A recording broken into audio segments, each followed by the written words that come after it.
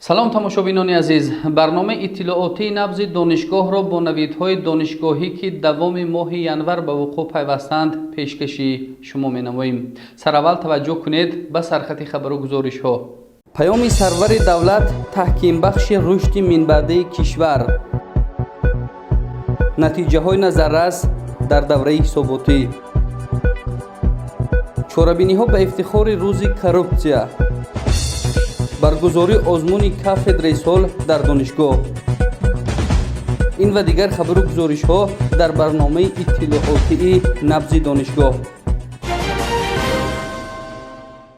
паёми имсолаи пешвои миллат муҳтарам Эмомалӣ Раҳмон ба парлумони мамлакат паёми тозаи нусратофарин ва ояндаафроз буда, муждаи пирӯзии миллат дар тамоми соҳаҳои иқтисодиву сиёсӣ ва иҷтимоиву фарҳангӣ, паёми омадани идҳову ҷашнҳои мубораки ватан аст. ироаи паёми сарвари давлатро ки фарогири самтҳои соҳаҳои мухталифи кишвар мебошад, чун ҳамеша ҷомеаи меҳнатии донишгоҳи давлатии ҳуқуқ, бизнес ва сиёсати Тоҷикистон бо ҳисси баланди худшиносиву ватандӯстӣ дастаҷамъона тамошо карданд. паёми президенти ҷумҳурии Тоҷикистон муҳтарам Эмомалӣ Раҳмон ки раҳнамои рушди соҳаҳои хоҷагии халқ мебошад, тамоми кормандон ва устодону донишҷӯёни донишгоҳи давлатии ҳуқуқ, бизнес ва сиёсати Тоҷикистон дастаҷамъона тамошо карданд. дар паёми худ ба Маҷлиси Олии Ҷумҳурии Тоҷикистон, президенти Ҷумҳурии Тоҷикистон, пешвои миллат муҳтарам Эмомалӣ Раҳмон самтҳои асосии сиёсати дохилӣ ва хориҷӣ, таъмини рушди иқтисодӣ, саноат, энергетика, нақлиёт, алоқа, амният, тартиботи ҳуқуқӣ, тандурустӣ, фарҳанг, илм, маориф, ҳифзи иҷтимоӣ, ҷавонон, варзиш ва сайёҳиро муайян намуда дар назди масъулин вазифаҳои мушаххас гузоштанд. паёми пешвои миллатро аҳли кормандон ва устодону донишҷӯёни донишгоҳ дар маҷлисгоҳҳои донишгоҳ, маҷлисгоҳҳои факултетҳо, маркази тестии донишгоҳ, синфхонаҳои алоҳида бо ихлосу хоҳиши зиёд ва таваҷҷӯҳи хоса тамошо намуданд. сарвари давлат пешвои миллат зимни ироаи паём қайд намуданд ки соли 2020 бо рӯйдодҳои ниҳоят муҳиму хотирмони худ барои мардуми шарифи Тоҷикистон ва давлати соҳибистиқлоли тоҷикон соли воқеан таърихӣ буд. президенти мамлакат иброз карданд ки ҳалли масъалаҳои иҷтимоӣ, яъне соҳаҳои илму маориф ва тандурустӣ ҳамеша дар меҳвари сиёсати давлату ҳукумати мамлакат қарор дорад. бо мақсади боз ҳам беҳтар кардани сифати таълим, дар паёми соли гузаштаи президент ба Маҷлиси Олӣ солҳои 2020-2040 солҳои омӯзиш ва рушди фанҳои риёзӣ, дақиқ ва табиӣ дар соҳаи илму маориф эълон гардиданд. дар паёми имсола ҷиҳати таҷҳизонидани кабинетҳои фанҳои риёзиву дақиқ ва табиӣ тадбирҳои фаврӣ андешида шавад. ҳамчунин ба хотири боз ҳам бештар ба омӯзиши илмҳои риёзиву дақиқ ва табиӣ ҷалб кардани наврасону ҷавонон, олимону муҳаққиқон ва устодону омӯзгорон ҳамасола озмуни ҷумҳуриявӣ зери унвони илм фурӯғи маърифат роҳандозӣ карда шавад, таъкид карданд сарвари давлат. ҳадаф аз ин ташаббусҳо баландбардоштани сатҳи саводу маърифатнокии мардум ва дар навбати аввал наврасону ҷавонон, тақвияти ҳисси миллӣ, ватандӯстиву ватанпарварӣ, ҳуввияти миллӣ, арҷгузорӣ ва омӯхтани забон, таърих, фарҳанги бостонии тоҷикон, тавсеаи доираи донишу ҷаҳонбинии илмиву техникӣ ва рушди илмҳои дақиқу табиӣ дар кишвар мебошад. дар нуктаҳои асосии паёми пешвои миллат албатта масъалаҳои рушди иқтисодиёти миллат, баландбардоштани вазъи иҷтимоӣ иқтисодии аҳолӣ, бахусус нуктаҳои муҳим дар ҷодии рушди иқтисодиёти миллат ҳисобида мешавад. мо бояд барои имрӯзу ояндаи Тоҷикистони азизамон тамоми кӯшишу масъулияти худро сарфа намоем. ҳамзамон дар ҷараёни паём қайд шуд ки ба таври ҳатмӣ омӯхтани забонҳои хориҷӣ, махсусан забонҳои русиву англисӣ ва технологияҳои иттилоотӣ ва равона намудани корҳои илмию таҳқиқотӣ ба рушди иқтисоди миллии кишвар таъкид гардид. дар мавриди сиёсати хориҷии мамлакат низ дар паём таваҷҷӯҳи хоса зоҳир гардид.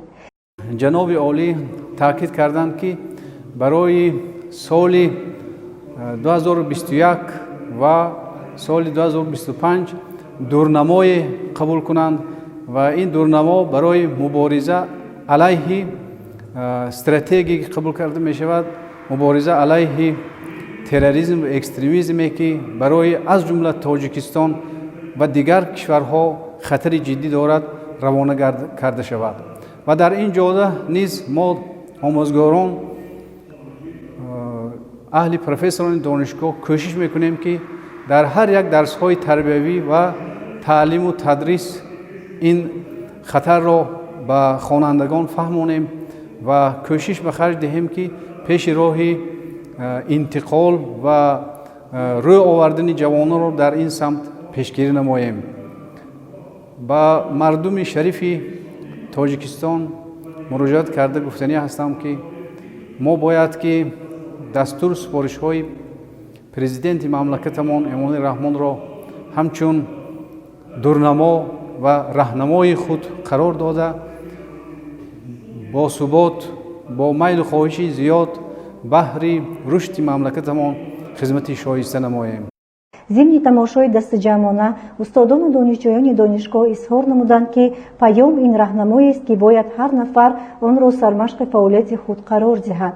ҳамчунин кормандон ва устодону донишҷӯёни донишгоҳ афзуданд ки паёми пешвои миллат минбаъд аз ҷониби мо ба таври зарурӣ омӯхта шуда дар амалинамоии дастуру супоришҳои таъкидгардида кӯшиш хоҳем кард. در دانشگاه دولتی حقوق، بیزنس و سیاست تاجیکستان مجلس جنبستی دایر گردیده فعالیت تعلیمی و علمی و تربیوی و بین المللی دانشگاه دوام سال 2020 نتیجه گیری کرده شد. در کار جلسه سرور دانشگاه، معاونان رکتور، سرداران ریاست و شعبه ها، دکانان فاکولتیت ها، مدیران کافدره ها و هیئت کارمندان، پروفسوران و آموزگاران اشتراک کردند. گزارش نوبتی برنامه از رفت جلسه جنبستی معلومات می‌دهد. نخست در جلسه رکتور دانشگاه پروفسور مومن شریفزاده برآمد نموده ذکر کرد که جامعه مهنتی دانشگاه دولتی حقوق، بیزنس و سیاست تاجیکستان سال 2020 با اجرای دستور و هدایت‌های اساسگذار صلح و وحدت ملی، پیشوای ملت پرزیدنت جمهوری تاجیکستان محترم امامعلی رحمان که در پیام نوبتیشان به مجلس عالی ملاقات با کارمندان ساحه علم و معارف و اهل ایجاد مملکت و به افتخار روز دانش بیان داشتند، الهام تازه گرفته با اجرای نقشه های طرح ریزی شده به دستاورد و موفقیت های بی‌نظیر نائل گردیدند. سال سپری گردیده به تحکیم زمینه های مادی و تکنیکی روند تعلیم و پژوهشات علمی توجه بیشتر ظاهر شده، تحکیم بخشیدن پایه‌های مادی و تکنیکی به جاری نمودن اختصاص‌های نو، فعالیت باثمر مرکزهای کامپیوتری و تستی، مرکزهای آموزش اروپا و زبان‌ها، پارک تکنولوژی و لابراتوری‌های اینوواسیونی زمینه مساعد فراهم آورد. ضمن برگزاری جلسه ذکر شد که در سال تحصیل 2020-2021 اختصاص‌های اینفرماتیکا، آمار، اقتصادیات، سیاست شناسی، فعالیت حفظ حقوق، سنجش سودی، اداره دولتی و حقوق، صاحبکاری اجتماعی، اقتصادیات رقمی و اختصاص‌های آموزگاری به مانند آموزگار اساس‌های دولت و حقوق، متماتیکا و اینفرماتیکا، زبان‌های انگلیسی و نظریه اقتصاد جاری شده. به این اختصاص‌ها 443 نفر دانشجویان قبول شدند. با نظرداشت اختصاص‌های نو و زمانوی، قبول داوطلبان از روی 39 اختصاص به راه مانده شد. علاوه گردید در ادامه جلسه سال 2020 برای دستاورد نظررس در تعلیم و تربیت جوانان یک نفر با جایزه به نام اسماعیل سامانی برای عالمان جوان در ساحه علم و معارف، 2 نفر با مدال خدمت شایسته، 4 نفر با نشان سررسیدگی اعلاچی معارف و علم جمهوری تاجیکستان و 24 نفر با افتخارنامه وزارت معارف و علم جمهوری تاجیکستان قدرشناسی گردیدند. در دوره‌های آزمون فروغ صبح دانایی کتاب است آموزگاران، اسپیرانتان و دکترانتان، ماجسترانتان و دانشجویان فعالانه اشتراک کردند. در دور ولایتی آزمون مذکور دانشجویان شهزاد عبداللهیف سزاوار جای اول و با مبلغ 8000 سومانی و منیژه هدایت و سزاوار جای دوم و با مبلغ 6000 سومانی از جانب رئیس ولایت سوخت قدردانی شدند. боиси хурсандӣ аст ки дар давраи ниҳоии озмуни ҷумҳуриявӣ 2 нафар донишҷӯёни донишгоҳ шаҳзод абдуллоев ва манижа ҳидоятова фаъолона иштирок карда бо ифтихорномаи вазорати маориф ва илми ҷумҳурии тоҷикистон қадрдонӣ шуданд. дар озмуни вилоятии донишҷӯи сол 2020 аз рӯи равияи фанҳои гуманитарӣ сазовори ҷойи якум гардидани рустам хориф, дар равияи фанҳои дақиқ сазовори ҷойи дуюм гардидани аслия абдуллоева боиси ифтихору сарфарозист, гуфт роҳбари донишгоҳ дар идомаи ҷаласа. дар доираи эълон гардидани 20 солии омӯзиш ва рушди фанҳои табиатшиносӣ, дақиқ ва риёзӣ дар соҳаи илму маориф аз соли таҳсили 2020-2021 ихтисосҳои информатика, математика, информатика, соҳибкории иҷтимоӣ, иқтисодиёти рақамӣ ҷорӣ гардида ба ихтисосҳои зикргардида 178 нафар дохил шуданд. имрӯз дар тамоми қаламрави кишварамон ба истиқболи шоистаи ҷашни 30-солагии истиқлолияти давлатии ҷумҳурии тоҷикистон корҳои созандагиву ободонӣ бо маром ҷараён дорад. раёсати донишгоҳи давлатии ҳуқуқ, бизнес ва сиёсати тоҷикистон низ дар ин раванд корҳои созандагиву бунёдкориро вусъат мебахшад. ҳоло бунёд ва азнавсозии иншооти сохтмонаш нотамоми таълимӣ, ошхона, маҷлисгоҳ барои 800 ҷойи нишаст идома дорад. ҳамзамон раёсати донишгоҳ лоиҳаи бунёди иншооти зерин аз қабили хобгоҳи донишҷӯён ва бинои истиқоматӣ баландошона барои омӯзгорону кормандонро ба нақша гирифтааст. инчунин дар ҷаласа иброз шуд ки дар асоси ҳамкориҳои мутақобила бо донишкадаи ҳуқуқшиносии Тошканд, донишкадаи молияи Тошканд ва донишгоҳи давлатии ҳуқуқ, бизнес ва сиёсати Тоҷикистон сохтори нави таълимӣ ташкил карда шуд. факултаи муштараки навтаъсис аз рӯи ихтисосҳои ҳуқуқшиносӣ ва ҳуқуқшиносии байналхалқӣ, инчунин кори бонкӣ, молия ва қарз дар сатҳи стандарти ҷаҳонӣ мутахассисонро омода менамояд. бинои факултати муштарак бо фарогири 275 нафар ҷойи нишаст ба хотири риояи фосилаи иҷтимоӣ мизу курсиҳо барои 1 нафар муқаррар ва синфхонаҳо бо таҷҳизоти муосири техникии раванди таълим муҷаҳҳаз карда шуданд.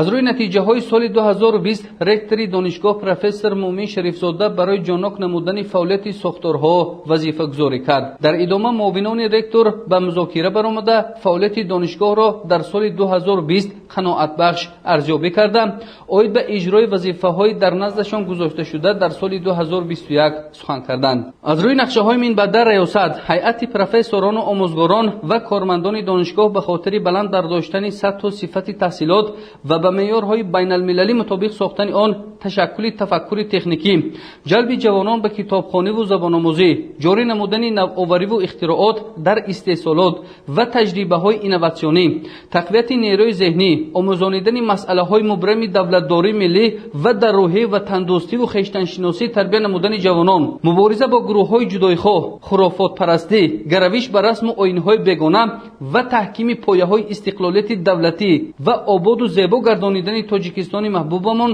бо умеди тоза ҷониби ояндаи дурахшон қадамҳои боэътимод мегузоранд. дар қисмати дуввуми ҷаласаи ҷанббастӣ як гурӯҳ кормандону устодони донишгоҳ ки дар фаъолияташон ба дастобардҳои илмиву таълимӣ комёб гардиданд, сипосномаву ифтихорнома ва маблағҳои пулии раёсати донишгоҳ тақдим карда шуд.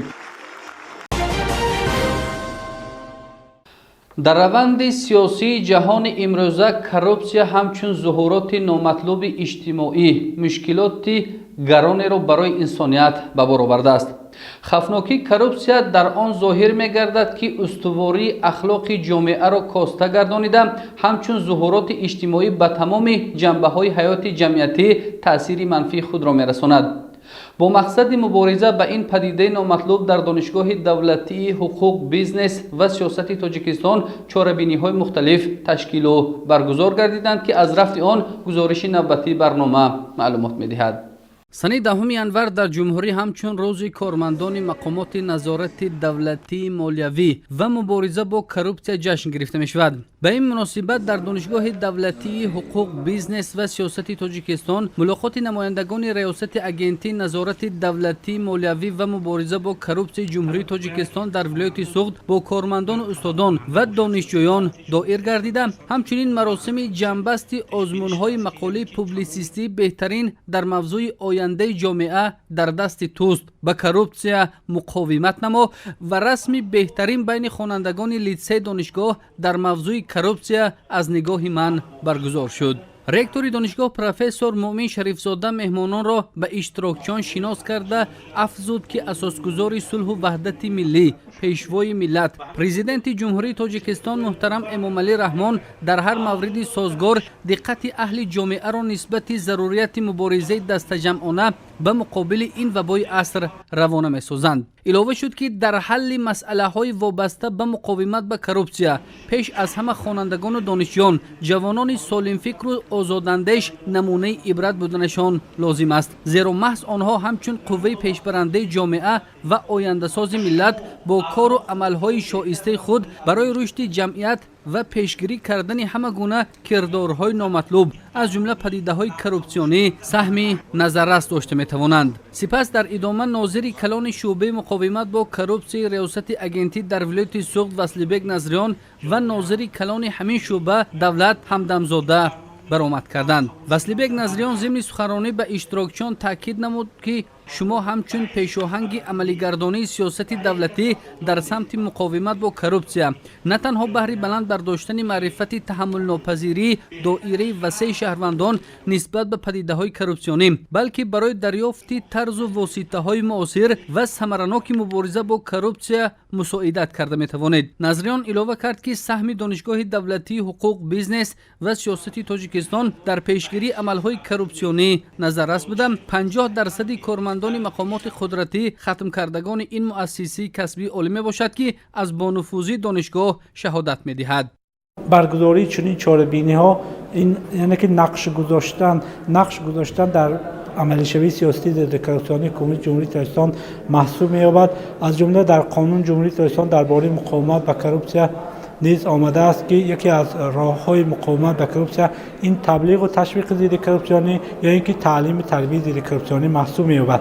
یعنی که با برگزاری چنین چاره‌بینی‌ها یعنی که هم مفکوری ضد کروپسیونی چه خوانندگان چه مکتب دانشجویان مؤسسه عالی بلند می‌گردد و همچنین در این زمینه یعنی که اینها یک درس‌های تربیوی حساب می‌شود و اینها یک تعلیم تربیت ضد کروپسیونی واقعا می‌شود و برگزاری این چاره‌بینی با اشتراک نمایندگان مقامات نیز یک تاثیربخش خوب می‌شود. در قسمت دوم غالبان آزمون‌های مقاله پوبلیسیستی بهترین در موضوع آینده جامعه در دست توست با کروپسیا مقاومت نما و رسمی بهترین در بین خوانندگان لیسه دانشگاه در موضوع کروپسیا از نگاه من معین و قدرشناسی گردیدند. از جانب پارک تکنولوژی دانشگاه نیز به غالبان کمک‌های پولی تقدیم گردید.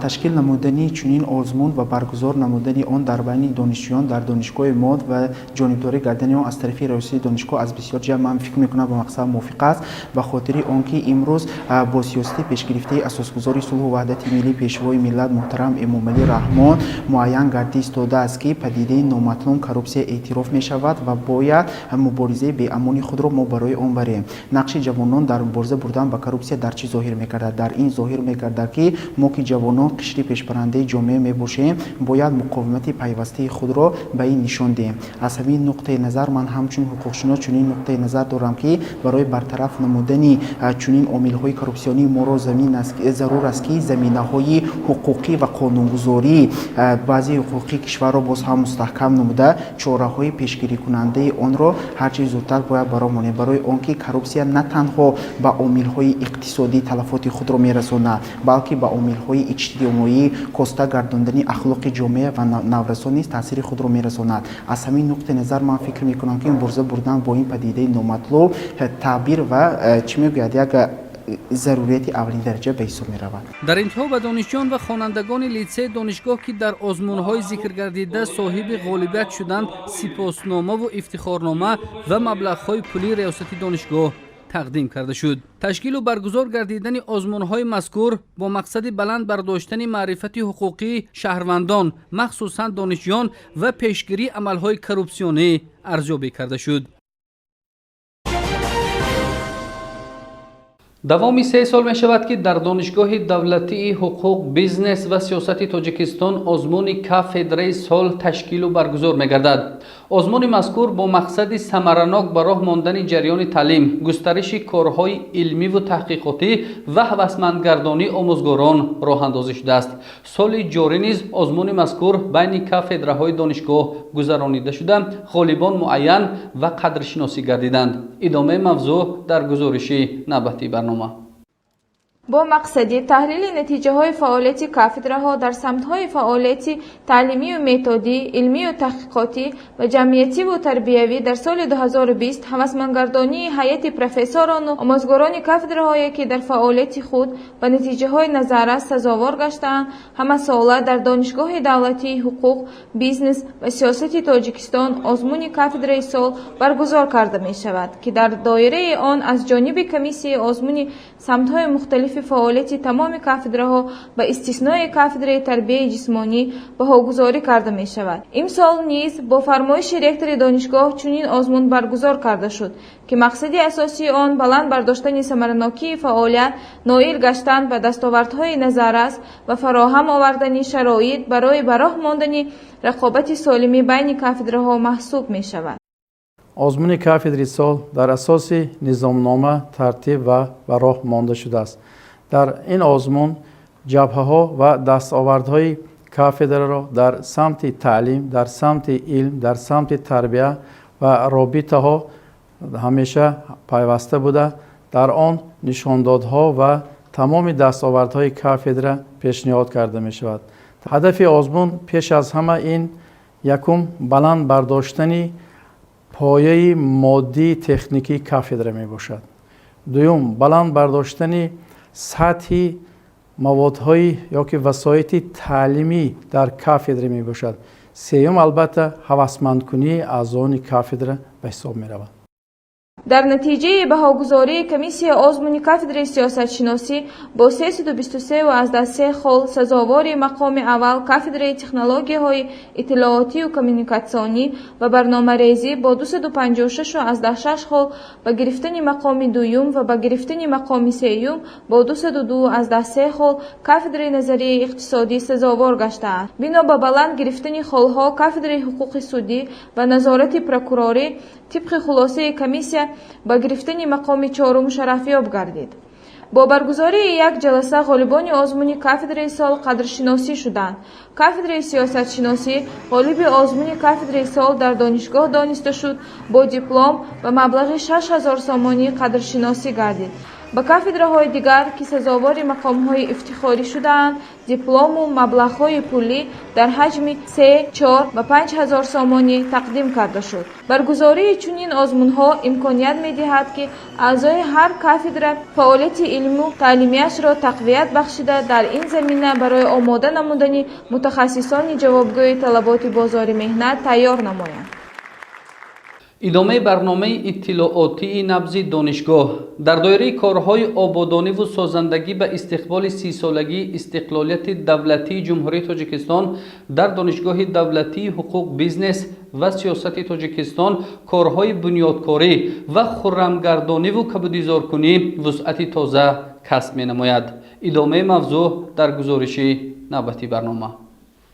در دایره کارهای آبادانی و سازندگی به استقبال 30 سالگی استقلالیت دولتی جمهوری تاجیکستان در دانشگاه دولتی حقوق بیزنس و سیاست تاجیکستان کارهای بنیادکاری و خرمگردانی و کبودیزارکنی وسعت تازه کسب می‌نماید. از جمله با تشبث ریاست دانشگاه شروع از گردش مجمعه تاریخی و فرهنگی استقلال تا بنای تعلیمی رقم 2 دانشگاه در کنار راه بیش از 300 عدد درخت همیشه سبز ارچه شنانیده شد. در معرکه نهال شنانی و آبادانی این گوشه دانشگاه رکتور دانشگاه پروفسور مؤمن شریف زاده، رئیس کمیته اجرایی حزب خلق دموکراتی تاجیکستان در ولایت سوخت ظفر اسماعیل زاده، رئیس کمیته اجرایی حزب خلق دموکراتی تاجیکستان در شهر خوجند نعیم ملک اسلامی، کارمندان، استادان و دانشجویان این مؤسسه عالی سهم خود را گذاشتند. امروز آموزگاران و دانشجویان دانشگاه دولتی حقوق بیزنس و سیاست تاجیکستان یک جویا با کمیته اجرایی حزب خلق دموکراتی در ولایت سوخت برای آباد و سبزه گرانان شهر خوجند یک زمره کارها را اجرا دادند.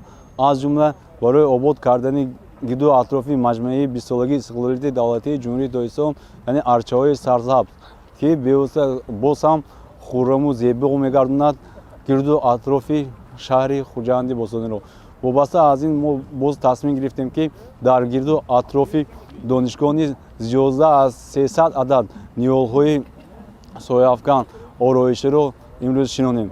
ёдовар мешавем ки имрӯзҳо дар асоси дастуру супоришҳои созандаи асосгузори сулҳу ваҳдати миллӣ, пешвои миллат, президенти ҷумҳурии Тоҷикистон муҳтарам Эмомалӣ Раҳмон дар саросари мамлакат маъракаи ниҳолшинонӣ ҷараён дорад. ҳамзамон дар дигар мавзеъҳои донишгоҳ маъракаи ниҳолшинонӣ ва тозаву озоданамоии атрофи биноҳои таълимии донишгоҳ бо ҷалби васеъи ҷомеаи меҳнатии донишгоҳ ҷараён гирифт. дар доираи 1300 рӯзи меҳнати зарбдор ба истиқболи 30-солагии истиқлолияти давлатии ҷумҳурии Тоҷикистон дар донишгоҳи давлатии ҳуқуқ, бизнес ва сиёсати Тоҷикистон корҳои ободониву бунёдкорӣ бо маром идома дорад. дастаи футболбозони донишгоҳи давлатии ҳуқуқ, бизнес ва сиёсати Тоҷикистон дар мусобиқа барои дарёфти ҷоми вазири маориф ва илми ҷумҳурии Тоҷикистон иштирок намуда, дар давраи вилоятӣ он соҳиби мақоми аввал гардид. дастаи донишгоҳ дар даври вилоятӣ 9 маротиба ба майдон баромада, ҳама ҳарифонашонро ба шикаст мувоҷеҳ кард ва соҳиби рохати даври ҷумҳуриявии мусобиқаи мазкур гардид. дар даври ниҳоии мусобиқаи футболи хурд барои дарёфти ҷоми вазири маориф ва илми ҷумҳурии Тоҷикистон, дастаи донишгоҳи давлатии ҳуқуқ, бизнес ва сиёсати Тоҷикистон бо тими кормандони соҳаи маорифи шаҳри Истаравшан рақобат намуд. мусобиқаи мазкур дар қасри варзиши шаҳри Хуҷанд доир гардида бо натиҷаи 2-0 бар фоидаи дастаи донишгоҳи давлатии ҳуқуқ, бизнес ва сиёсати Тоҷикистон ба интиҳо расид. ёдовар мешавем ки давоми чанд рӯз мешавад ки мусобиқаи футболи хурд байни дастаҳои муассисаҳои таҳсилоти олии касбии вилоят ва дастаҳои омӯзгорону кормандони маорифи шаҳру ноҳияҳои вилоят барои дарёфти ҷоми вазири маориф ва илми ҷумҳурии Тоҷикистон ҷараён дошт. пас аз шикаст додани тими ҳариф, дастаи зери 35-солаи донишгоҳи давлатии ҳуқуқ, бизнес ва сиёсати Тоҷикистон соҳиби рохати даври ҷумҳуриявии мусобиқаи мазкур гардид. ҳамчунин дар ин рӯз дастаҳои аз 35 сола болои шаҳри Истаравшан ва донишгоҳи давлатии Хуҷанд ба номи академик Бобоҷон Ғафуров вориди майдон гардида, тими кормандони соҳаи маорифи шаҳри Истаравшан бо натиҷаи 5-2 дастаи донишгоҳи давлатии Хуҷанд ба номи академик Бобоҷон Ғафуровро шикаст дода ба даври ҷумҳуриявии мусобиқаи мазкур роҳ ёфт. امروز جهت دریافت جام وزیر معارف و علم جمهوری تاجیکستان بین مؤسسات تحصیلات میانه عمومی، مؤسسات تحصیلات میانه کسبی و عالی عموما ساحه معارف مسابقه فوتبال خود دایر گردیده ایستاده است که بسیار هم در سطح بلند تشکیلی دایر گردیده ایستاده است. ما آموزگاران با مسابقه مذکور با مقصد آن برگزار گردیده ایستاده است که بین آموزگاران مؤسسات تحصیلات میانه و مؤسسات تحصیلات عالی دوستی باز هم مستحکم گردیده بهر پیشبرد ساحه معارف و علم هرچه بسیارتر همدلانه فعالیت نماید. تمام آموزگاران ساحه معارف البته طرفدار هستند و می‌خواستند که چنین مسابقه نه تنها در اوید به فوتبال بگذار در دیگر نمودهای ورزش هم چنین مسابقه ها تشکیل کرده شد و دوستی کارمندان ساحه معارف باز هم مستحکم‌تر گردد. дар даври ҷумҳуриявии мусобиқаи футболи хурд барои дарёфти ҷоми вазири маориф ва илми ҷумҳурии Тоҷикистон вилояти Суғдро 2 даста, тими зери 35-солаи донишгоҳи давлатии ҳуқуқ, бизнес ва сиёсати Тоҷикистон ва дастии аз 35 сола болои шаҳри Истаравшан намояндагӣ хоҳанд кард. дар интиҳои даври вилоятӣ мусобиқа ба дастаҳои ғолиб ва бозингарони беҳтарин тӯҳфаву медалҳои кумитаи иттифоқи касабаи кормандони соҳаи маориф ва илми вилояти Суғд тақдим карда шуд.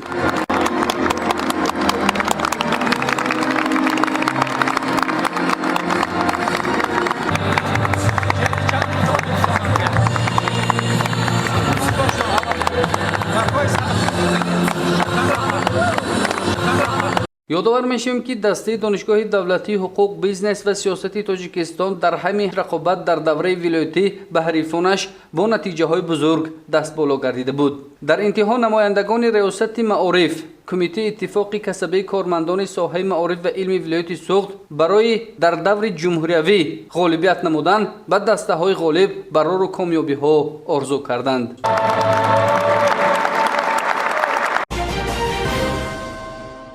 بینندگان محترم، این بودند خبر و گزارش ها که دوام ماه ینور در دانشگاه دولتی حقوق، بیزنس و سیاست تاجیکستان به وقوع پیوستند و آن را منظور شما کردیم. شما می توانید خبر و گزارش های ما را از سامانه رسمی دانشگاه مطالعه نمایید. خیر شد و موفق باشید.